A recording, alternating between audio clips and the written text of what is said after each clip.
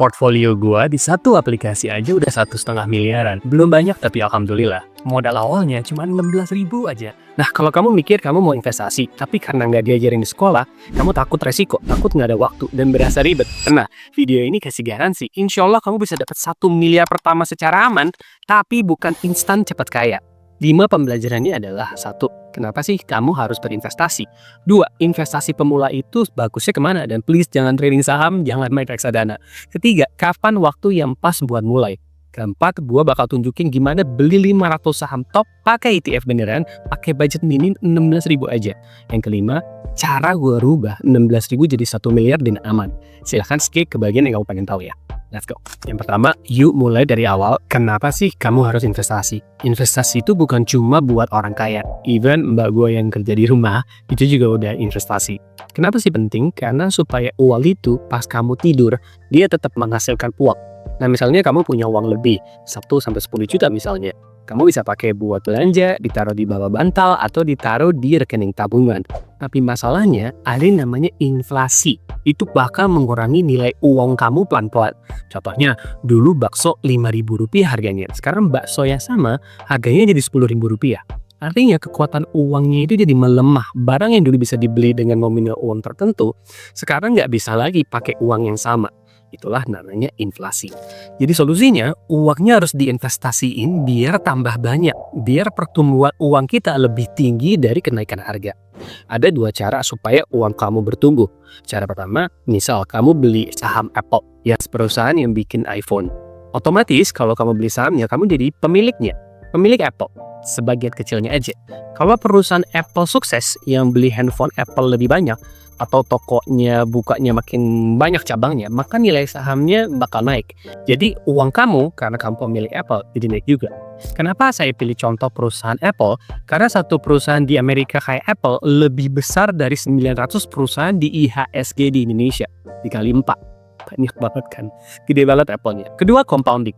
Ada yang namanya bunga berbunga. Maksudnya, duit kamu menghasilkan uang dan uangnya ngasilin uang lagi. Contoh gampangnya, kamu nabung 1 juta setiap bulan, 1 juta rupiah. Uangnya kamu investasikan di tempat yang kasih untung rata-rata 10% per tahun. Nah, kalau kamu sabar dan terus konsisten, setelah sekitar 6 tahun, uang kamu tumbuh jadi kira-kira 100 juta. Lumayan. Tapi yang gilanya, 100 juta berikutnya cuma butuh 4 tahun. Terus jadi kurang dari 3 tahun. Terus jadi kurang dari 2 tahun. Terus pas kalau kamu udah punya 1 miliar, 100 jutanya tadi itu cuma untung dalam waktu 1 tahun aja. Tetap 1 juta sebulan investasinya. Albert Einstein bilang, ini adalah keajaiban dunia ke-8, bunga berbunga. Kayak bola salju yang kelinding dari kecil, tapi makin lama makin gede banget. Nah, kesimpulannya apa? Uang bisa melemah, makanya harus diinvestasikan karena ada yang namanya inflasi. Yang kedua, uang investasi budget minim bisa jadi besar kalau kamu sabar, konsisten, dan mulai lebih awal.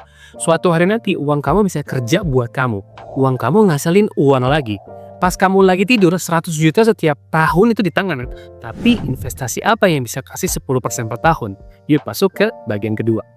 Bagian kedua, mulai investasi itu baiknya kemana dan gimana.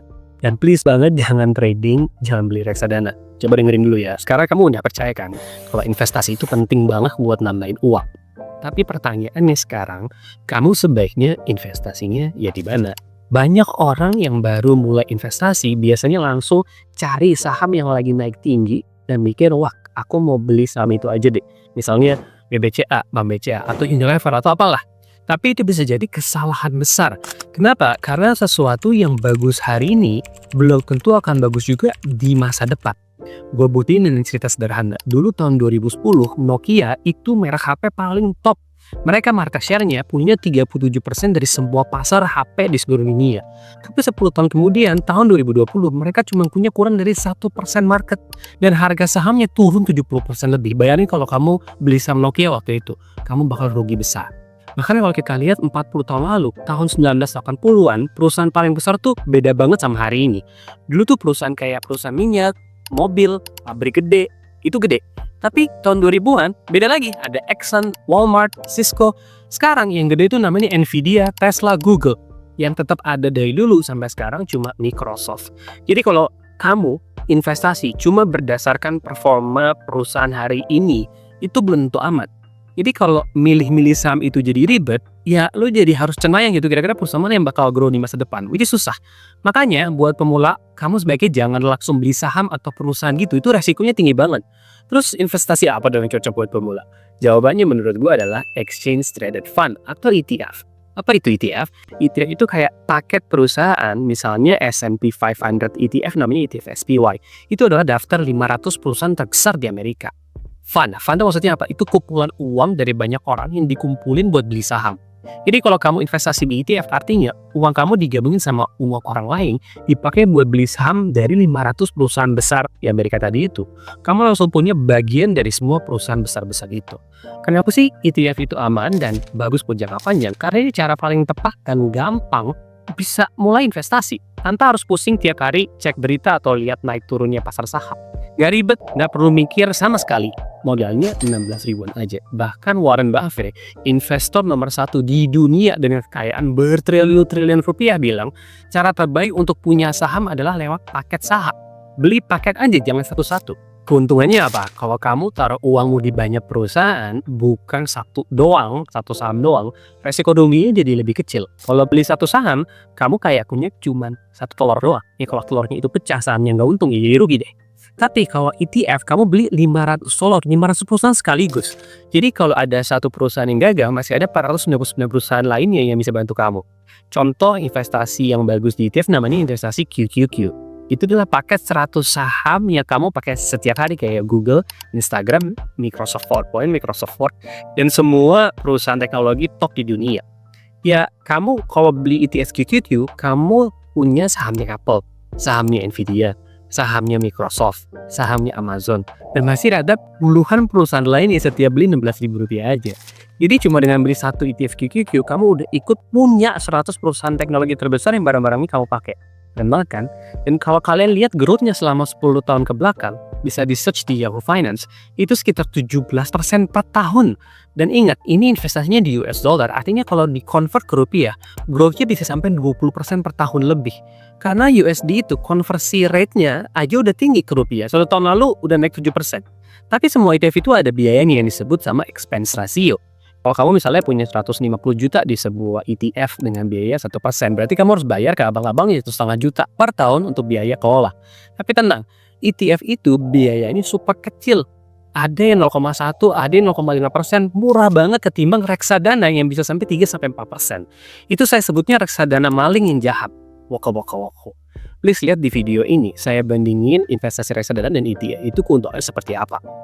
Nah, aku selalu kasih 2 pertanyaan paling penting sebelum mulai investasi. Pertanyaan pertama, apakah kamu punya utang dengan bunga tinggi lebih dari 7%?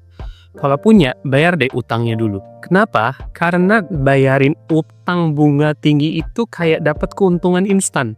Misalnya nih, kamu punya utang nggak penting, pinjol, atau kartu kredit, misalnya 100 juta dengan bunga 25%. Itu berarti kamu rugi 25 juta per tahun cuma buat bayar bunganya doang. Daripada uang itu hilang, mending lunasin dulu deh. Itu sama aja kayak kamu dapat untung 25%. Tanpa harus investasi. Nah, pertanyaan kedua, apakah kamu punya dana darurat 3-6 bulan?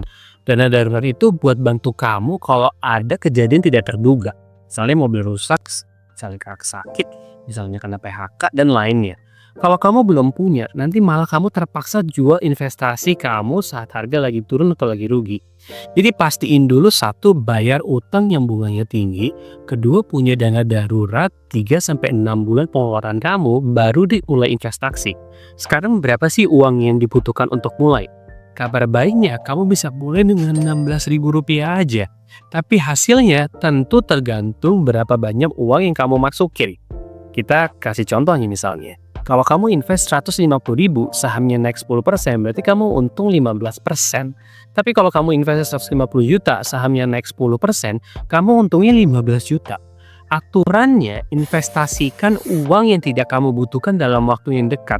Misalnya nih, uang untuk beli rumah tahun depan, jangan diinvestasikan sekarang karena kamu bakal butuh itu sebentar lagi.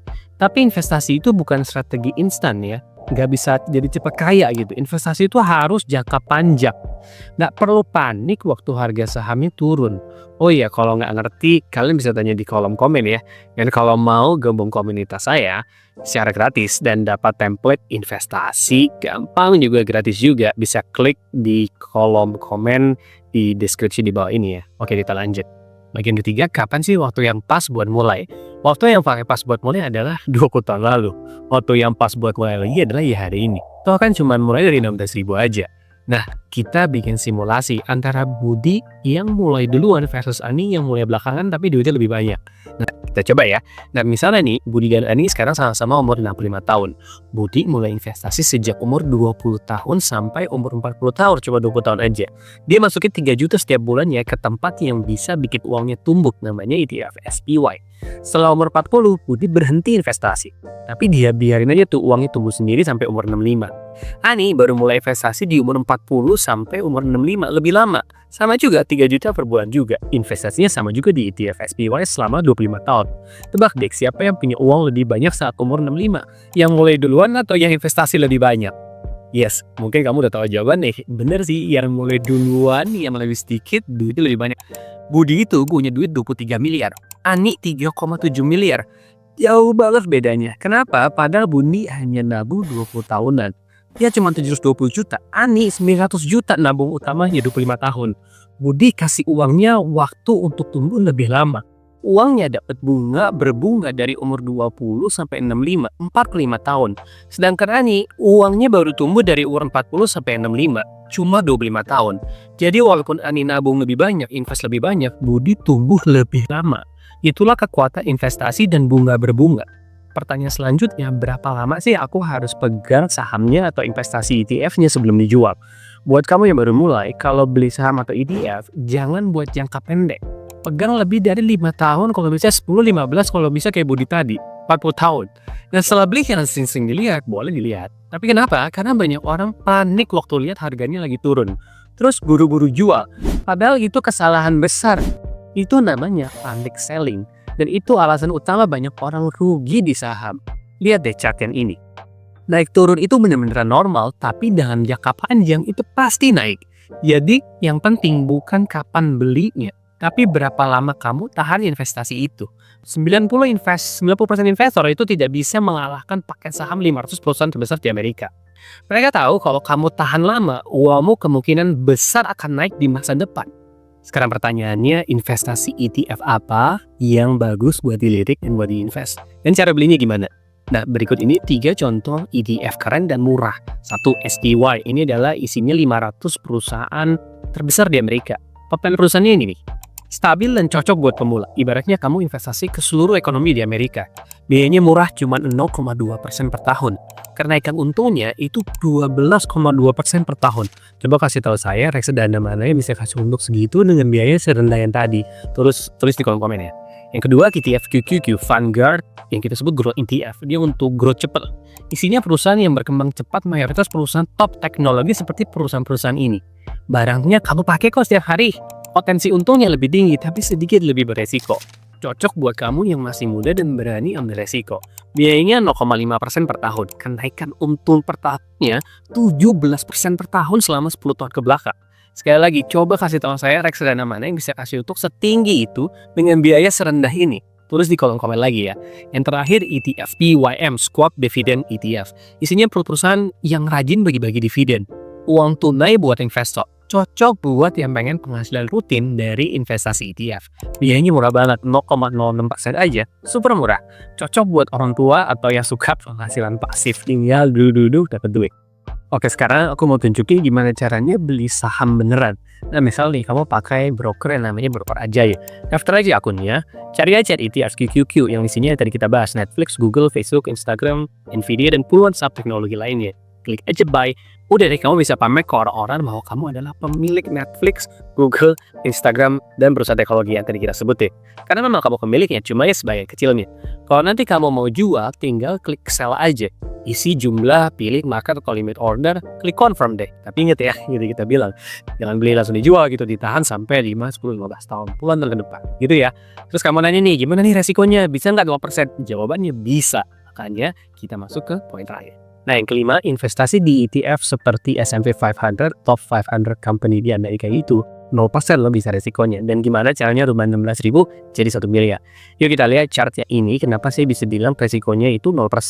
Chart yang dibuat berdasarkan track record hampir 100 tahun ini nunjukin bahwa ketika kita investasi hanya untuk 1 hari doang nih, chance investasi uang kita menjadi positif di S&P 500 ETF SPY adalah 53%. Artinya kemungkinan ruginya 43%, tinggi banget. Itu kalau 1 hari ya. Tapi kalau kita investasi lebih dari 20 tahun, untuk long term, untuk pensiun kita, untuk anak-anak kita, berdasarkan riset, chance positifnya itu 100%. Artinya 0% kesempatan untuk minus. Bisa dibilang close to 0% resiko berdasarkan riset ini. Ini namanya investasi. Investasi itu harus untung. Nah, kita masuk nih, gimana caranya rubah 16.000 jadi 1 miliar? Kalau misalnya nih, kita investasi Rp16.000 per hari, artinya kamu investasi Rp480.000 ke bulan.